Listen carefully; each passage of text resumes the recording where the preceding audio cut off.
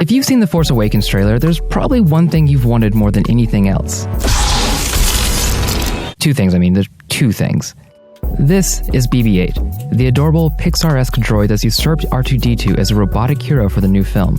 Sphero, a startup company that's perhaps best known among tech circles, has managed to make a miniature version that can run around your house. No strings attached. The collaboration began last summer when Sphero joined the Disney Accelerator program and met with none other than Disney CEO Bob Iger himself. And so the story goes when essentially they pulled out Sphero and showed Bob and let him play around with it.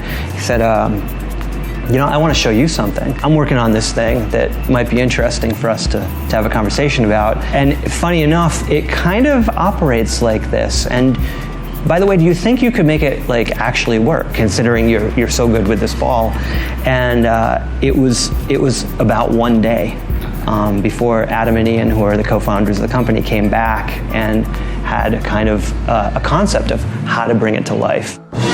Since the very beginning, the Star Wars universe has been as much about merchandising as it has been the films that inspire it. In the 70s and 80s, that meant Kenner action figures, with over 300 million sold during that time. Today, Star Wars licensed toys, games, costumes, towels, virtually anything you can imagine are all produced by dozens of companies. And this year is an exceptionally busy time. The Force Awakens hits theaters December 18th, and an army of movie tie-ins awakens today, September 4th, an event that's being advertised as Force Friday. Sphero is offering something a bit more premium than most companies. The first time you place BB-8 in its charging cradle, the droid comes to life. Its lights flicker, its head twists and turns. I honestly could swear it was looking at me at one point, but to be clear, the head is really just plastic held on by magnets. It's a bit jarring at first, but it's also perhaps the best introduction to what Sphero really wants its droid to be. When we designed the product, we did a lot of it in animation first.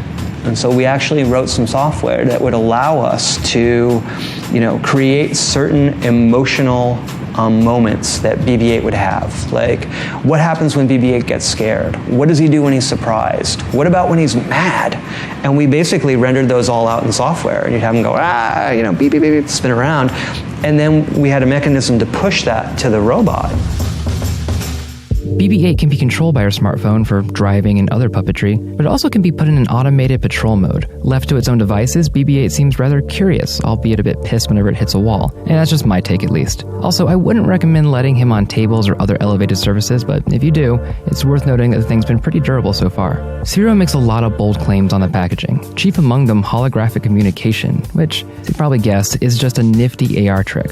But for all the added bells and whistles, the BB-8's primary directive is really just to be a ball of cuteness, to make you feel something and ascribe emotion in an algorithmically driven device. And it speaks to Sphero's future goals. We think that this is probably the first step for Sphero. We think that ultimately there will be a robot in every house, that everyone will own a companion. That isn't where we're at today. Sphero's BB-8 isn't the kind of droid that I'd have a beer with, nor is it the kind that could fetch a beer for me. That isn't its point anyway. But there's something earnestly exciting about seeing it go off on its own. I can't say how long that novelty will last, but I could easily see myself just turning it on autopilot and enjoying the occasional moment where I catch it doing something weird. Kind of like a cat in that respect. Or maybe a Roomba.